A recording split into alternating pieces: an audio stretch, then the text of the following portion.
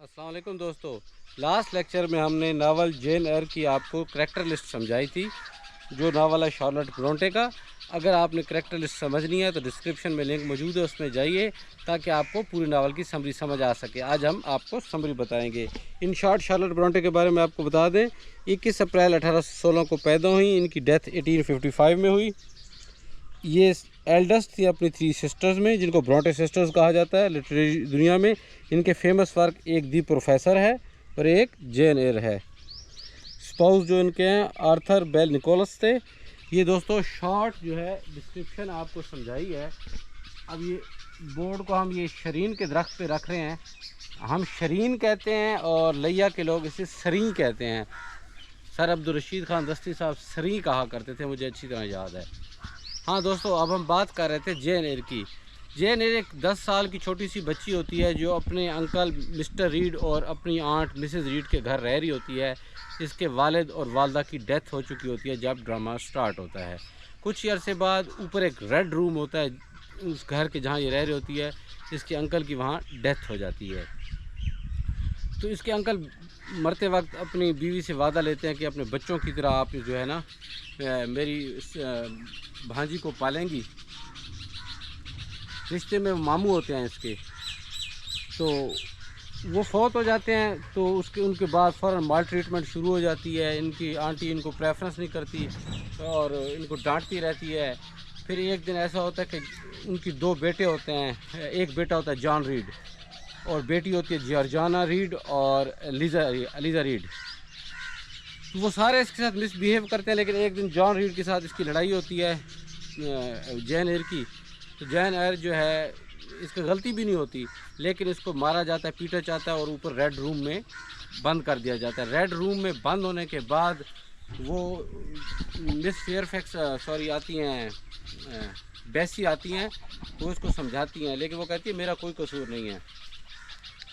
तो फिर जब उसकी आंट आती है, इसको मज़ीद डांटती है, उसको दोबारा बंद कर देती है। वो कहती है मुझे अंकल का गोश्त नज़र आ रहा है, खुदारा मुझे यहाँ से निकालो। उसे नहीं निकाला जाता, बीमार हो जाती है। फिर डॉक्टर लेरॉयड के पास उसको लेके जाया जाता है, जो कहता है कि ये स्कूल जाना चाहती है, मे बी वहाँ बेहतर ये जो है इसकी तबीयत हो जाए।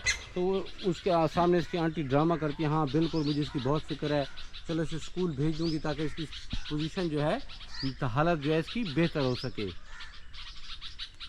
तो इसकी हालत क्या बेहतर होनी थी, वो अच्छे स्कूल के बजाय इसको लोवुड स्कूल में भेज देती है, जो चैरिटी की बेस पे है, जहाँ बच्चों को खाने पीने के लिए महदूद सी चीज़ें दी जाती हैं। और मिस्टर ब्रॉकहस्टर जो है, एक उसका मैनेजर है जो बहुत ही घटिया इंसान है। अपने बच्चों को याशी करवाता है और दूसरे के बच्चों के लिए कहता है कि इनकी रूह को जो है खुराक दो और उनके जिस्म को भूखा रखो, क्योंकि उसने बेईमानियाँ करके अपने घर के लिए ख़र्चा निकालना होता है। बहरहाल ये वहाँ पहुँच जाती है। वहाँ भी मिसेस रीड जो है मिस्टर ब्रॉकहस्टर को बताती है कि ये बच्ची झूठी है, विकेट गर्ल है, तो इसका ख्याल करना और इसके अंदर से विकेटनेस निकालनी है। तो वो पूरे स्कूल के सामने बता देता है कि ये विकेट गर्ल है। तो बहुत बुरा लगता है, बहुत रोती है जो है जेन एयर। तो वहाँ एक मिस होती है, मिस टेम्पल, जिनका पूरा नाम मिस मारिया टेम्पल है। तो वो कहती है बेटा परेशान ना हो, मैं इस पूरे वाक़े की तहकीक करूँगी, आप मुझे बताएं। तो वो सारी कहानी बताती है। तो कहती है ठीक है, मैं डॉक्टर लेरॉयड को लेटर लिखूँगी और अगर उन्होंने कह दिया कि आप सच्ची हैं तो फिर मैं सारे स्कूल में बताऊँगी। और डॉक्टर लेरॉयड वाकई बताते हैं कि बच्ची सच्ची है, इसके साथ जुल्म हुआ है। तो वो पूरे स्कूल के सामने बताती है, तब जीने के काबिल रह हो पाती है जैन एयर। वहाँ एक हेलन बंस नाम की लड़की होती है जो बहुत इंटेलिजेंट होती है, लेकिन क्योंकि वहाँ कोल्ड वाटर होता है तो उसकी वजह से वो अपने हाथ से आते जिस्म साफ़ नहीं कर पाती, बाल साफ़ नहीं कर पाती।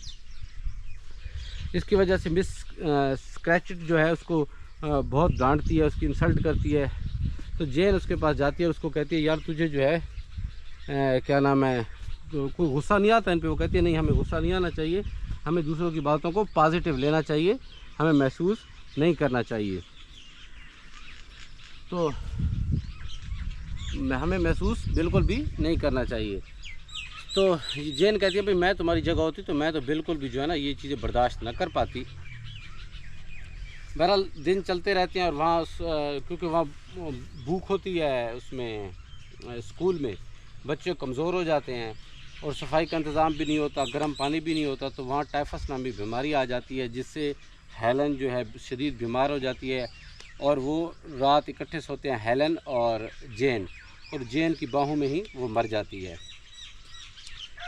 6 साल इस स्कूल में पढ़ती है जेन, फिर जेन की मिस की शादी होती है, मिस मारिया टेम्पल की, और फिर 2 साल जेन मज़ीद स्कूल में पढ़ाती है। अब वो टीचर बन चुकी है, लेकिन अब वो स्कूल की जो रूटीन है उससे तंग आ गई है, तो वो एडवर्टीज़मेंट देती है अखबार में कि गवर्नेंस के तौर पे अगर मुझे कोई लेना चाहे तो मैं तैयार हूँ। ये इश्तिहार जो है एक हाउसकीपर पढ़ती है, मिस फेयरफैक्स, और वो अपने मास्टर के घर के लिए इसको गवर्नेंस के तौर पे रख लेती है। ये थॉर्नफील्ड चली जाती है जो कि मलकियत है मिस्टर रोचेस्टर की, लेकिन अभी की इसको कोई मालूम नहीं है कि इस घर का मालिक कौन है और वो कहाँ रहता है, और जो घर के भी लोग हैं उनमें से कौन मालिक है इससे कुछ नहीं पता। एडील नाम की बच्ची है जिसको जो है ना एडील 1, उसको जो है ये क्या नाम है जेन एयर गवर्नेंस बन जाती है, उसको पाल रही होती है। तो एक दिन उसने एक लेटर पोस्ट करने के लिए जाना होता है, तो रास्ते में जो है एक घोड़सवार कुत्ते के साथ जा रहा होता है, वो घोड़ा जो है वो बर्फ़ से फिसल के गिर जाता है। तो ये देखती है और ये उसको कहती है कि मैं तुम्हारी मदद करूं। वो कहता है नहीं, मुझे तुम्हारी मदद की कोई ज़रूरत नहीं है। एट दी एंड वो उसकी मदद करती है, उसे घोड़े पे सवार करवाती है, उसकी टांग बहुत ख़राब हो चुकी होती है। वो जाती है, अपना ख़त पोस्ट करती है, वापस आती है। जब वापस आती है तो उसे मालूम होता है कि उसका जो मास्टर है वो आ चुका है। तो उसके जहन में ख्याल गुजरते शायद वही मास्टर होगा, क्योंकि उसे ये बताया जाता है कि इसके मास्टर की टांग ख़राब है। अब स्टार्ट में जब आमना सामना होता है एडील के साथ मास्टर का, क्योंकि वो गवर्नेंस को देखना चाहता है, तो इतनी ख़ास लिफ्ट नहीं देता, लेकिन आहिस्ता आहिस्ता इनकी दोस्ती बढ़ने लगती है। फिर पता चलता है कि साथ का एक टाउन है, वहाँ की एक लड़की है बेंच इनग्राम, उनके साथ डांस करते हैं और पियानो बजाते हैं मिस्टर रोचेस्टर। तो वो कहती है यार मे बी इनको उससे मोहब्बत हो, क्योंकि मिस फेयरफैक्स कहती है उनकी आपस में बहुत क्लोज़ रिलेशनशिप है। तो वो चले जाते हैं। फिर एक दिन तो उसके जहन को ख्याल को तक़वियत मिलती है कि वाकई इनकी आपस में कोई ताल्लुकात हैं। 2 हफ्ते वहाँ पार्टीज़ में गुजार के आते हैं और फिर एक ख़बर सुनने को मिलती है कि थॉर्नफील्ड में भी पार्टी होगी। थॉर्नफील्ड में पार्टी होती है तो ब्लैंचे इनग्राम, लेडी इनग्राम अपनी बहन के साथ आती है। वहाँ बेहतरीन पार्टी हो रही होती है, डांस हो रहा होता है, तो इसे बहुत बुरा महसूस होता है, कमरे से निकल जाती है। जब कमरे से निकलती है तो ये बात महसूस कर लेता है कौन, मास्टर रिचर्ड जो मालिक होता है इसका। तो वो इसको वापस बुलाता है। तो अगले दिन जो है एक आती है जिप्सी आती है, उसके पास सारे जाते हैं हाथ दिखाने ना, तो ये भी जाती है जो इनग्राम की बेटी है ब्लैंचे इनग्राम। तो जब वहाँ से वो वापस आती है तो बड़ी डिसहार्ट होती है। फिर इसको ले जाया जाता है जेन को। जेन जब हाथ दिखाती है तो वो कहती है तुम बहुत बेवकूफ़ हो, मोहब्बत तुमसे एक कदम दूर है, तुम्हारी किस्मत दरवाज़ा खटका रही है लेकिन तुम हाथ नहीं बढ़ाती। कुछ उसके जहन में आता है, लेकिन फिर वो कहती है शायद मेरे ख्याल गलत हो, मिस्टर रोचेस्टर मुझसे मोहब्बत ना करते हो। बहर तो ऐलान हो जाता है कि मिस्टर रोचेस्टर जो है उनकी शादी होनी है, और इसी दौरान जो है इसकी जो है बीमार हो जाती है इसकी आंट मिसेस रीड, इसके मामू की जो बीवी थी, जिसने इसे बचपन में पाला था और बड़ा बुरा बिहेव किया था इसके साथ। यह उसको कहती है जॉन फेयरफैक्स को, सॉरी मिस्टर रोचेस्टर को, मैं जाना चाहती हूँ। वो कहता है तुम 1 वीक से ज़्यादा नहीं रहोगी। ये कहती है नहीं, मे भी मुझे ज़्यादा टाइम लग जाए। तो वो इसे बहरहाल इसकी सैलरी से बहुत ज़्यादा पेमेंट करते हैं। ये इंसिस्ट करती है लेकिन वो इसको कुछ पेमेंट दे देते हैं। ये आंटी के पास चली जाती है, आंटी को मिलती है, देखती है आंटी की बेटियां जो हैं बिल्कुल उनकी केयर नहीं कर रही और वो अपने मुस्तकबिल के प्लान बना रही हैं। वो अपने मुस्तकबिल के प्लान बना रही हैं। तो ये उनके के पास जाती है। वो कहती है मैंने जेन फेयरफैक्स से मिलना है। तो कहती है जी मैं जेन ही हूँ। तो वो कहती है बेटा मैंने तुमसे बहुत माल ट्रीटमेंट की, तुमसे बुरा सलूक किया, तो मुझे माफ़ कर देना। फिर वो कहती है मैं तुम्हें एक लेटर के बारे में, वहाँ फिर ये चली जाती है। फिर एक रात जब आती है तो देखती है आंटी की हालत बहुत बुरी है। वो कहती है तुम्हें एक लेटर के बारे में बताना चाहती हूँ। फिर कहती है नहीं बताती। फिर एट द एंड वो बता देती है, कहती है तुम्हारे एक अंकल हैं जॉन एर, उनका लेटर है तुम्हारी तरफ, और मैंने उनको बता दिया, ये गलत बताया था कि मैंने तो उनको बताया था कि तुम्हारी डेथ हो चुकी है, तो उनकी सारी प्रॉपर्टी तुम्हारे नाम आनी है, मुझे तुम पे गुस्सा था। तो एंड पे फिर इसके अंदर अच्छे ख्यालात आते हैं, कहती है आंटी छोड़े पर जो हो चुका उसे इग्नोर कर दें। लेकिन आंटी फिर गुस्से होती है कि तुम बहुत बुरी बच्ची थी, ये वो। बहरहाल जो उसके जेन के दिल में ख्यालात ख़त्म हो रहे होते हैं वो फिर उठ पड़ते हैं और आंटी की डेथ हो जाती है। वो आंटी की तजहीज़ व तकफ़ीन के बाद जब वहाँ पहुँचे तो मालूम होता है कि मिस्टर रोचेस्टर की शादी होने वाली है, और ये कह के गई थी जेन फेयरफैक्स कि अगर तुम्हारी शादी हो जाएगी तो मैं और एडीले यहाँ से चले जाएंगे। तो वो एक दिन पूछता है, कहता है हाँ तुम तो बोर्डिंग स्कूल में चली जाओगी मुझे छोड़ के, तो तुम्हें कैसा लगेगा? वो कहती है तुम्हें क्या है, मैं तो चली जाऊँगी बस। तो वो कहता है नहीं तुम नहीं जाओगी। वो कहती है मैं जाऊँगी। तो यहाँ जो है बेलेंचे की बात हो रही होती है ना, तो वो कहती है उसके अपने इमोशंस पे काबू नहीं रख पाती और बिल आखिर बता देती है मिस्टर रोचेस्टर को कि मुझे तुमसे मोहब्बत है। तो वो कहता है तुमने रहना यहीं है। तो वो कहती है क्या तुम मुझे इंसान नहीं समझते, मैं यहाँ क्यों रहूँगी? सिर्फ जेलस होने के लिए, हसद होने के लिए, जलने के लिए यहाँ रहूँगी? मैं बिल्कुल भी यहाँ नहीं रहूँगी। तो वो जब और मुझे तुमसे मोहब्बत है, तो जब वो ये जज्बात देखता है इसके तो उसको बता देता है मुझे बेलेंचे इनग्राम से कोई मोहब्बत नहीं है, और जिप्सी वाला सारा नाटक था उससे मेरी दौलत से मोहब्बत है, मैं तुमसे मोहब्बत करता हूँ और आखिरी सांस तक तुम्हारे साथ रहना चाहता हूँ।